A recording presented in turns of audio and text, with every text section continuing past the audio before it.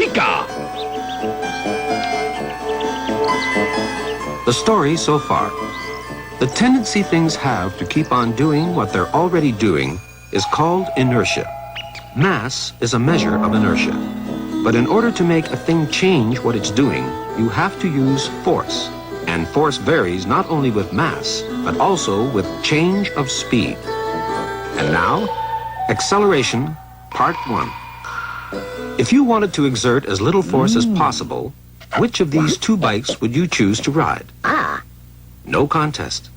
The modern racing bike has much less mass than the old-fashioned bike, and therefore much less inertia. So you'll need less force to make it move. But wait, is that all that force is proportional to? To mass? Isn't there something else? Yes, change of speed. Mustn't forget that. Force is also proportional to change of speed. If you want to reduce the force you put into pedaling, you're better to go from 0 to 25 kilometers an hour than to try to zoom up to 50 kilometers an hour.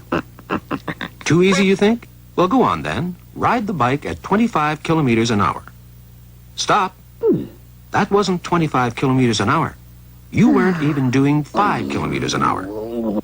That's right. It takes time to reach the speed you want to go at. In the first second you start pedaling, you'll be lucky to get up to 3 kilometers an hour. After the second second, you may reach 6. After the third second, 9, and so on. It'll probably take you 8 seconds or so to reach 25 kilometers an hour. Let's look at that again.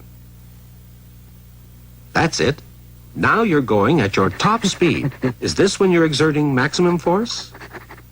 You think so? Well, take your feet off the pedals then. You're hardly losing any speed at all, are you?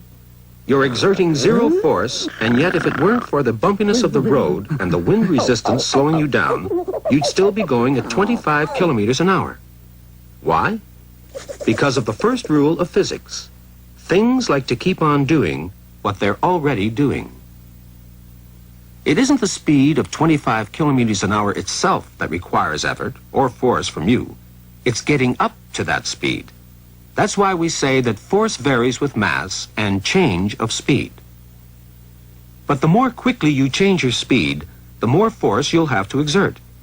If making your bike go from 0 to 25 kilometers an hour in 8 seconds requires 1 unit of force, then making it go from 0 to 25 kilometers an hour in half that time, in 4 seconds, will require 2 units of force. The thing is, we're not just talking about change of speed, but about an increase of speed in a certain time. In other words, we're talking about rate of change of speed.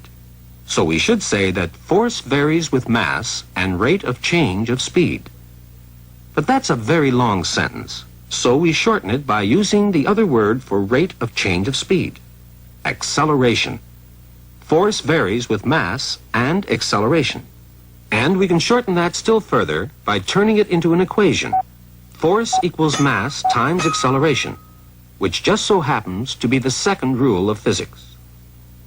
This should be obvious to cyclists, and even more obvious to motorists, who are always going on about acceleration. But what about a baseball pitcher? Does he need time to get the ball up to its top speed? All right. Pitch that ball at 50 kilometers an hour. Freeze. It isn't going at 50 kilometers an hour at this point. More like 10 kilometers an hour. This is just the beginning of your wind-up. A bit later, the ball may reach 20 kilometers an hour, then 30, then 40. But it's only at the last split second as it leaves your hand that it reaches its top speed. The fact is, you don't so much pitch a ball at 50 kilometers an hour as accelerate it up to 50 kilometers an hour. That's what your wind-up is for. You may call yourself a baseball pitcher if you wish, but in reality, you're a baseball accelerator.